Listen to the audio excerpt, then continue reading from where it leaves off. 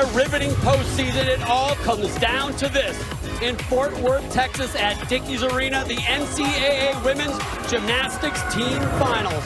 4 teams remain. They all know how hard it is to get here, but all of them want more. The LSU of those big 3 that we've been talking about, they each have a star, Allie. They certainly do. Faith Sam, as you mentioned, won the all-around, but Kaylin Chio got second to Faith. And then have a chance to see them all. Don't miss it there. Here's where every team will start the competition. Oklahoma on vault. They are the #1 team in the country on that event. Minnesota on bars. We have Florida on the balance beam, and the LSU Tigers, the #1 team on floor exercise. That's where they'll start. Elizabeth Blessy gets things going here. She didn't compete in the semifinals. Here she is in the finals. Front pike half. Solid vault. 1 step back.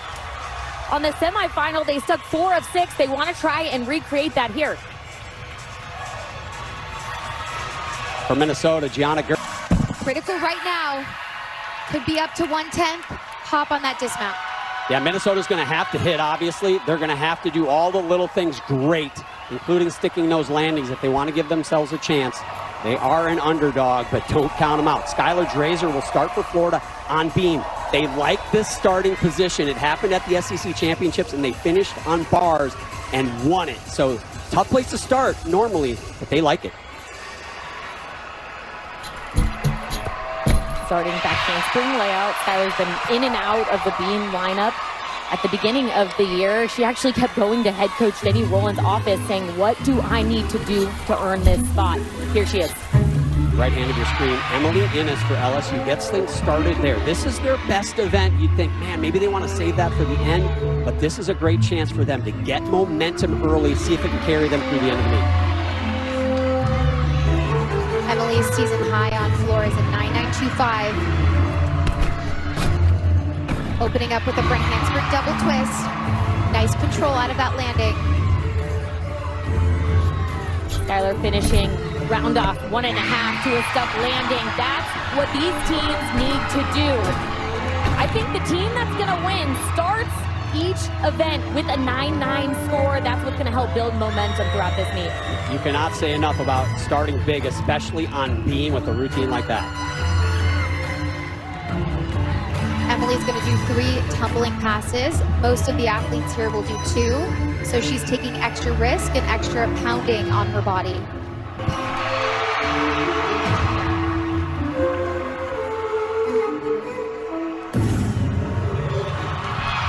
Strong start for LSU.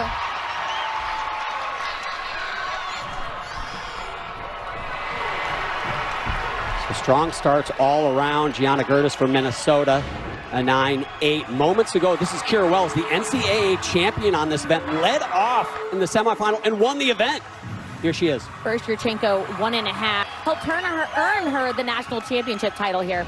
Yeah, they hit an impossible rotation in the semifinals on vault. Even their coaches said, hey, that's not going to happen again. We counted 4.5 sticks, if you will. They were some... Production alley. I did neither. That's going to be, in my opinion, the highest score of the day so far. How about that double layout? Handstands, John. Tremendous job. Hey, to go for contingency, they're already asking for a 10. We're only 2 routines in. Why not? Now, Sky Blakely, the sophomore, one of the best gymnasts in collegiate gymnastics, but one of the best gymnasts in the world. She has been a world finalist on balance beam. She's been a world finalist on the uneven bars. Almost made that 2024 Olympic team. Should have made it if it wasn't for an Achilles tear. She was on the doorstep of being an Olympian. All she had to do was stay healthy. It was a heartbreak for her. But you know, this championship, a team championship with her Gators, would be huge for her.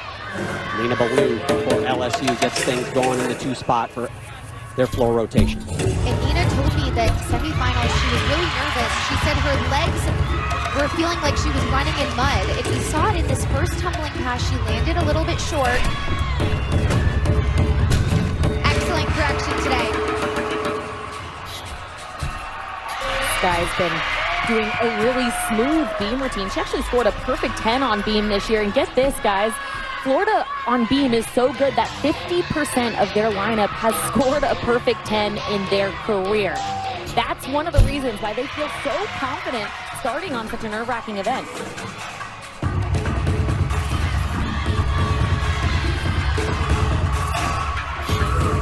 finishing gainer full off the side.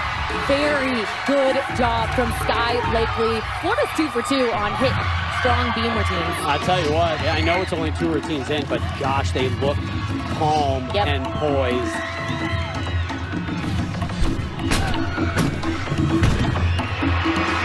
Well, Mina got a 9.775 in the semis. That score is going to rise today. Big improvement from her. No doubt about it, Allie. That was much better than the semifinal round, and she knows it. What a performer. Ariana Alstrom for the Gophers, a 9.9 in the 2 spot. Hannah Shively looking for the first 9.9 for the Sooner vault rotation. Wells flirted with it with that 9.8875. Watch how hard she punches the board. Lou Ball, their vault coach, says, there you go. Punch the board, don't get punched. And that's what helped her stick that landing.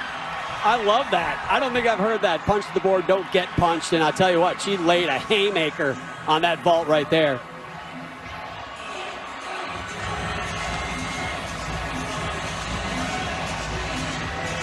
Look at her positioning when she hits the vault. Every single muscle, especially her core, is squeezed so she could drive her heels and get the maximum amount of block off that table. Strong block position, flipping, and then of course spotting the ground for a perfect stick. Nicely done. They're hoping that is lightning in a bottle for them with those sticks again here tonight. Yeah, and you know, it looked perfect in the air. I think if it's not going to be a 10, which I don't think it will be, it's going to come down to how high she went and how far from that table, because she could have gone a little bit bigger. We'll see. There are some 10s coming up. You know, the funny thing is I asked associate head coach Lou Ball, how can you do that again? And he said, again, you got to catch the lightning in a bottle and ride that momentum. And they're trying to do that with those sticks here. That's a big number on vault, 9.9625 for Shively. MJ Frazier now follows a 9.9 from Sky Blakely on balance beam. Another one of those athletes that has scored a perfect 10 on beam in her career. Really strong arm movements. You can see the continuation. Oh, what a save. Really good save. Her hips were completely crooked. Had to recalibrate her body when she hit the beam. Something that you'll notice about this Florida team, though, is we keep saying how good they are, but you got to watch the diversity in their skills. It's really impressive. Right here, she's going to completely lose sight of the beam and then find it quickly at the end.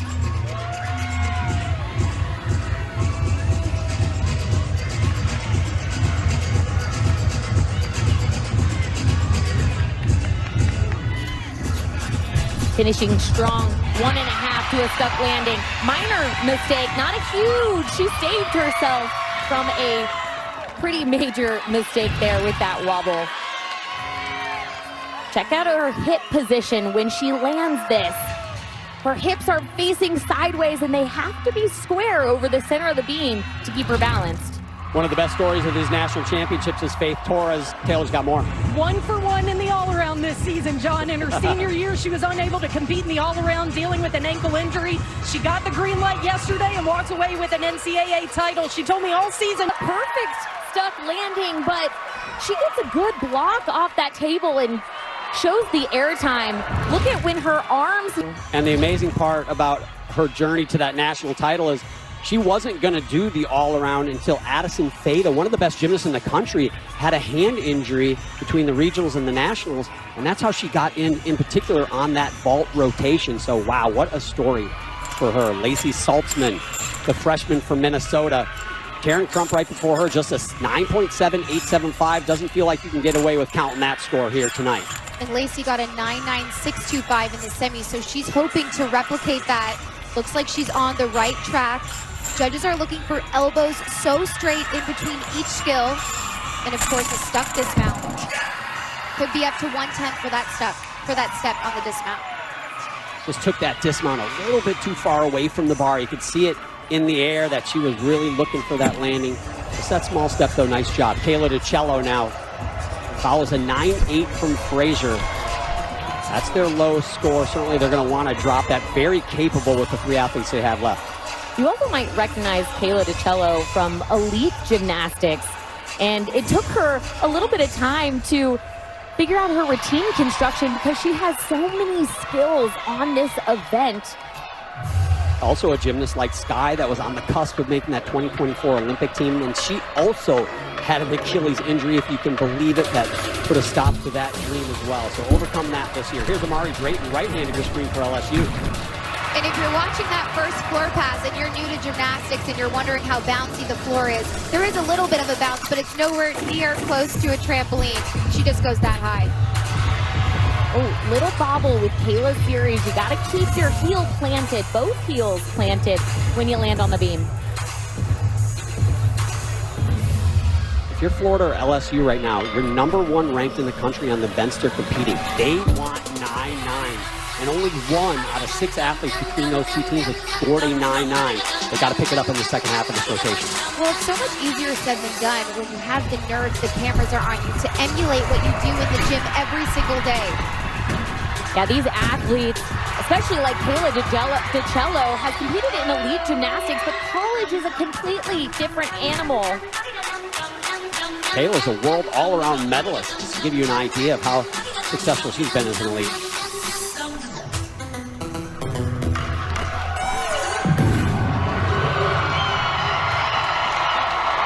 I guess that's going to be LSU's biggest score on floor so far. Looking for that first 9-9. I didn't see any landing deductions from Amari right there. Faith Torres got a 9.9 for her vault, so back-to-back scores of 9-9 or better for the Oklahoma Sooners. Now one of the best freshmen in the nation, Mackenzie. You know, we saw a lot of sticks from them on the semifinal day, but Lou Ball right there in the corner, associate head coach, says, I never tell them to stick. I just say be close and be in a good position. Mackenzie did that. And he actually told me, he goes, hey, that's not going to happen again. Yeah. That is. Notice the extension all the way from her shoulders, her fingers to her toes. Haven't seen too many stuck bar dismounts. That's going to be critical. Oh man, almost had it. She needed some toes on her heels right there to hold on to that one. Just couldn't quite do it. Over on beam for the Gators, Selena Harris-Miranda about to mount.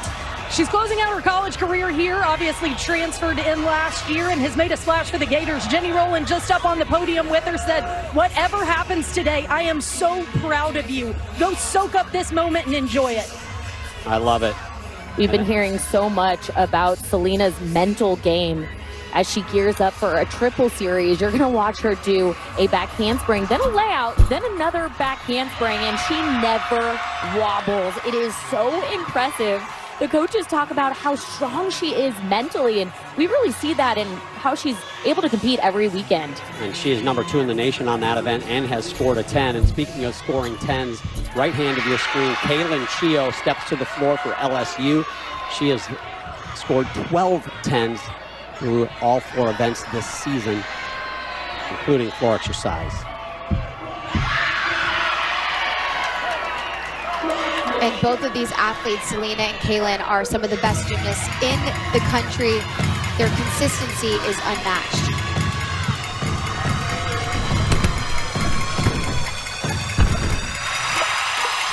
Slight wobble from Kaylin on floor. Judges want to see that front foot planted when they lunge.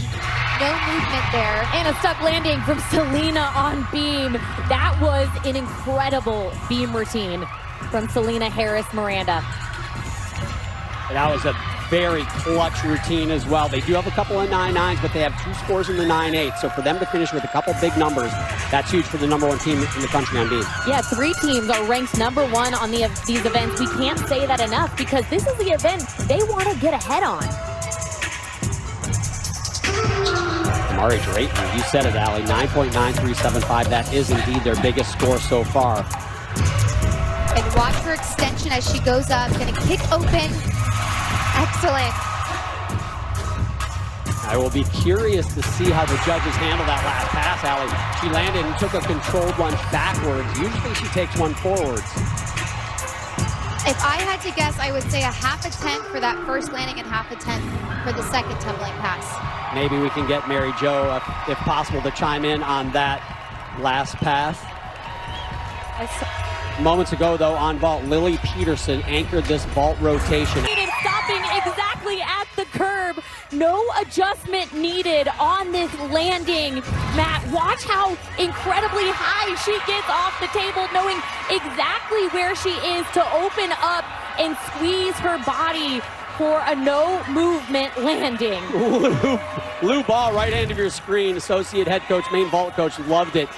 And I talked to KJ Kindler about Lily Peterson. I said, she is just a beast, and she is so overlooked, I think, in a lot of ways with other stars on that team, but right there, not overlooked. Oh, Alyssa Arana in the anchor spot in the first big break of this competition. You know, what's really interesting is they had a lineup change here in the finals. Alyssa tends to go in the second spot, but they were hoping to optimize their scoring potential by putting her in the anchor spot.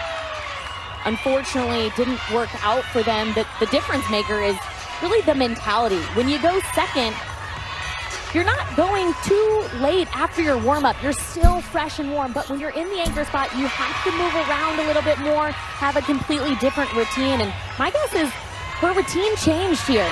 Might have been a little bit different, something she's not totally used to, but keep in mind, Florida hit 5 beam routines before her. Granted, they're going to have to count that 9-8 even from Frazier and a low 9-8 from Drazer, but this is still a good rotation. This is not catastrophic for the Florida Gators by any means. But they wanted to come out and be on top after this rotation.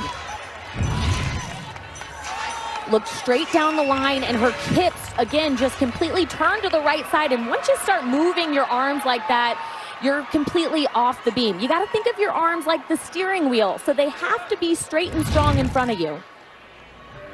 Now to anchor this floor rotation, the #1 floor rotation in the country is Kalia Lincoln. She follows Chio's 9-point piece of gymnastics. Just sit back and behold this first pass from Lincoln.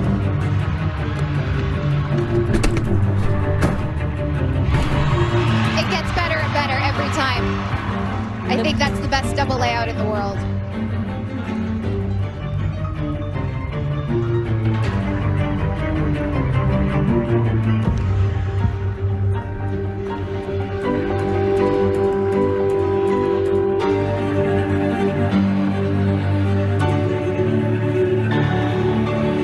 Watch the height of Kalia's jumps. These leaps and jumps are just as important as the tumbling passes. If you're new here, judges are looking for 180-degree splits and legs squeezed in between each jump.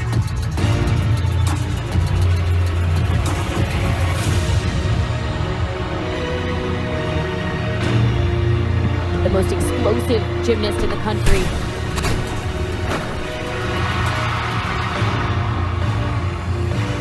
Well, these routines take a lot of endurance, but you would never know by watching Kalia. Makes it look easy. What goes up must come down unless you're Kalia Lincoln on floor. Gravity optional for that routine. I'm never in the shortage of being awed by that, no matter how many times I've seen it.